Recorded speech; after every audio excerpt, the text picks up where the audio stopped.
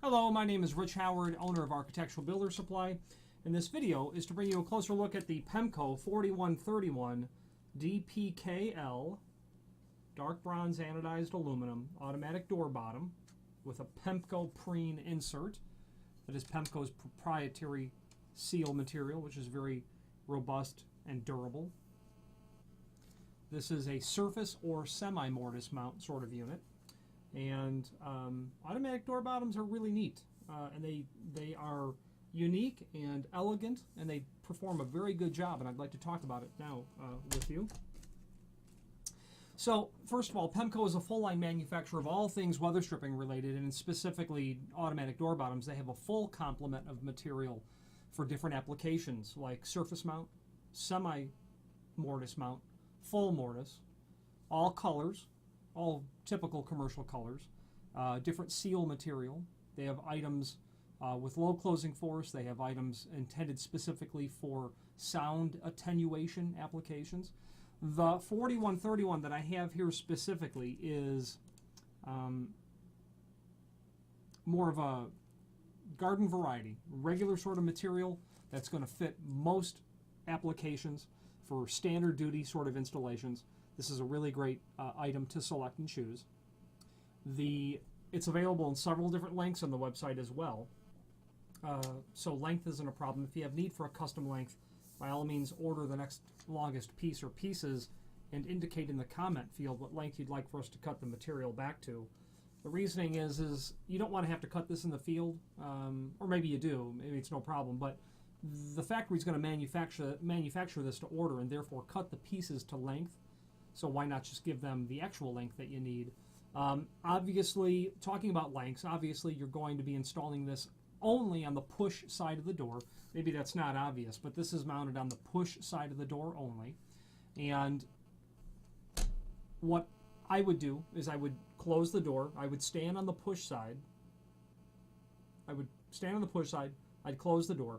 I'd measure the distance between the stops. I'd deduct about 1/8 of an inch if I'm surface mounting it, and that would be my door width, or my cut length, my order size for it. Or if I was going to do a semi-mortise, I would go to the full door width, but keep in mind your door might be beveled, so the dimension that you have at the inside of the unit might be different than what you have on the outside of the unit, so keep that in mind. You might want to opt for the smaller side, or somewhere right in the middle, and maybe treat the edge a little bit if you had to. So an automatic door bottom, the principle is this, and people wonder, oh gosh, how do these work? The door closes and the bottom drops. Well, they work that simply, and it's accomplished by the fact that automatic door bottoms have two different ends to them. They've got the business end, and the business end has the plunger on it. The business end is properly called the hinge side. The plunger goes on the hinge side. The lock side does not have a plunger, and the seal is always set a little bit long for trimming. Okay, so you'll trim that with a utility blade or whatever. Now, the hinge side. This plunger can be extended out by turning it counterclockwise or unthreading it. Okay, or it can be put back down. And the amount of projection of the plunger is directly related to the amount of drop that the door bottom can accomplish.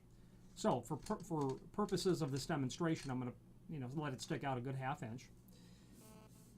When this is attached to the door, if it's going to be surface mount, you put it on the door, you attach it. How far up and down you put it on the door. Generally, this is flushed off to the bottom of the door. Okay, the gap you've got is this is intended for a 3/4 inch gap. So if your gap is excessive on that, you might want to consider the actual vertical placement of this.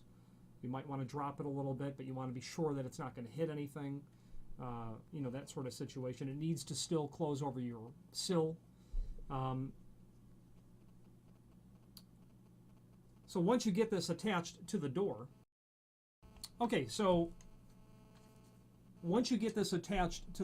forgive me, I had to pause that video.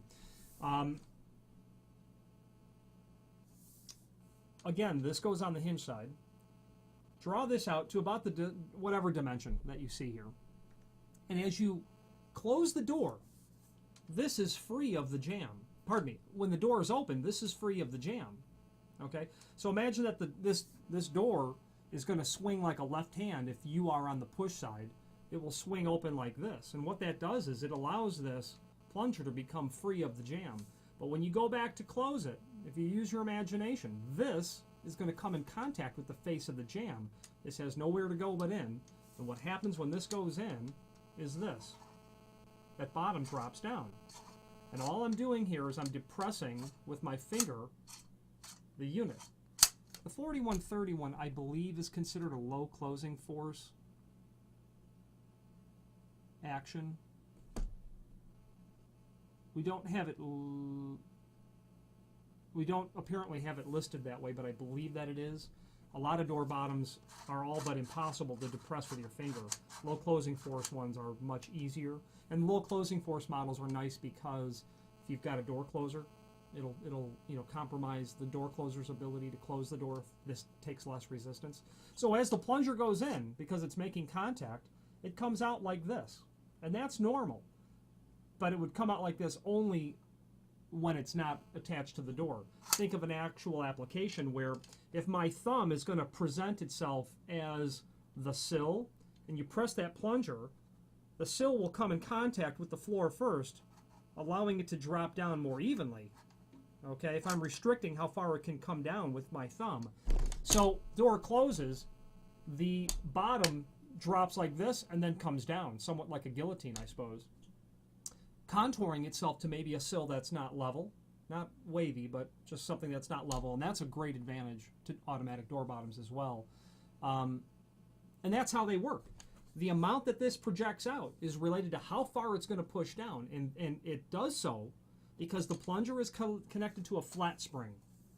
That flat spring is pinned over here, which is this other hole that you see. You got a mounting hole here, and then you've got the preparation, the rivet pin that holds the flat spring in. When this goes in, that flat spring is bowed. It's normally straight, but when that plunger goes in, it bows the flat spring. Well, it actually bows it this way, and that's why that drops down.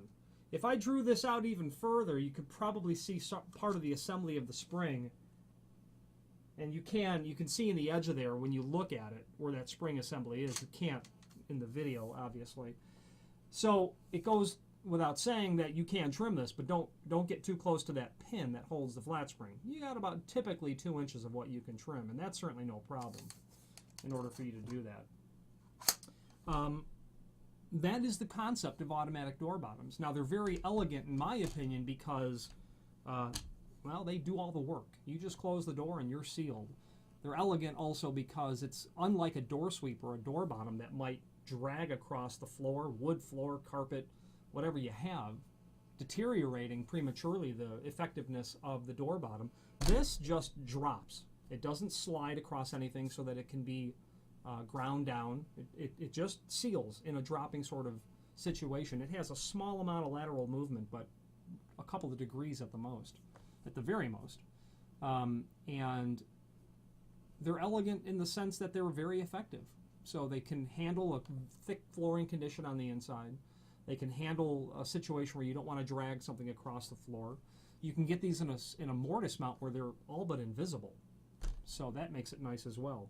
So moving on to the rest of what you're going to get in the package, and if you have any questions on this, please feel free to reach out to me.